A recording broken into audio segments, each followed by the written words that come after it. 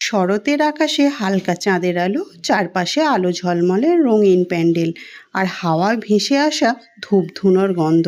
মহাষষ্ঠীর রাত মানেই প্যান্ডেলে পুজো দেখার এক বিশেষ আবেগ। সন্ধ্যা নামতেই ভিড় জমে উঠল প্যান্ডেলে। সবাই নতুন জামা কাপড় পরে এসেছে, মুখে কিন্তু খুব আনন্দ আর চোখেও কিন্তু খুবই আনন্দ। প্যান্ডেলের সামনে পৌঁছেই প্রথমে কানে এলো ঢাকের শব্দ, তার সাথে উলুধ্বনি আর শঙ্খধ্বনিতে চারিদিকে কেঁপে উঠছিল।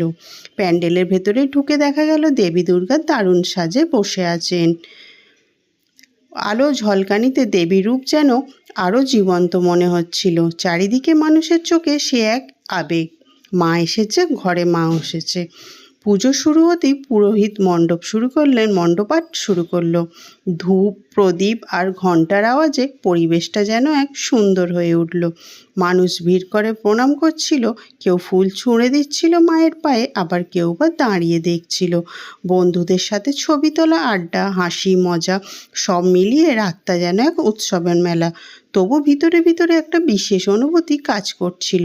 এ শুধু আনন্দ নয়, একটা ভক্তি, ভালোবাসা আর মায়ের আশীর্বাদ।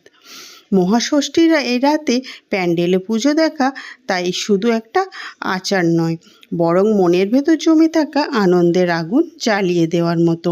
আজকে ঠাকুর দেখতে বার হয়েছিলাম উলুবেড়িয়াতে, যেটা কিন্তু গরুহাটা থেকে ক্লক গেটের দিকে যেতে যেই রাস্তাটা পড়ে, সেই রাস্তার পুরো রাস্তাটাই ছিল আলোকসজ্জিত। প্রতিটা জায়গায় কিন্তু প্যান্ডেল হয়েছিল, আর কিন্তু লাইটিংয়ে ভরপুর ছিল পুরো রাস্তাটা। যারা আসবে তারই কিন্তু মন জুড়িয়ে যাবে এইখানকার প্যান্ডেলগুলো দেখতে। উলুবেড়িয়া শহরটা পুরো আলোয় কিন্তু ঝলমল করছিল। ষষ্ঠীর রাতেই কিন্তু রাস্তায় পুরো ভিড় জমে গিয়েছিল ছেলে মেয়েদের ঠাকুর দেখার আনন্দ। তাই কিন্তু আমরাও বেরিয়ে পড়েছিলাম রাতে ঠাকুর দেখতে।